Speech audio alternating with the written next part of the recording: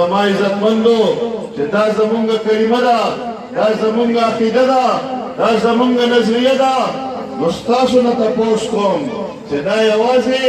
د آصف لقمان قاضي او د انجینیر طارق خټک نظریه ده او که دا زمونږ د ټولو ما سره لاس اوچت کړئ عزتمندو،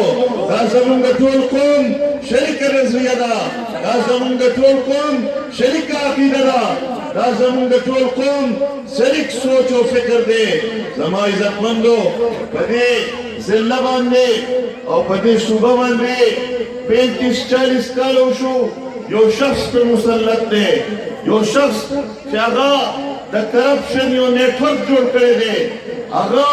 د ټیکدارانو یو ګروه را منظم کړی دی. په دې 35-40 کالو کې دا قوم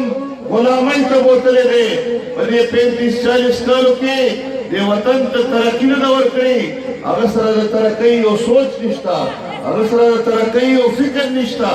هغه د دې قوم ترقي نه غواړي، هغه خپل ځان او خپل خاندان پیژني. زما عزتمندو په هر کلي کې د ضلع په هر کلي کې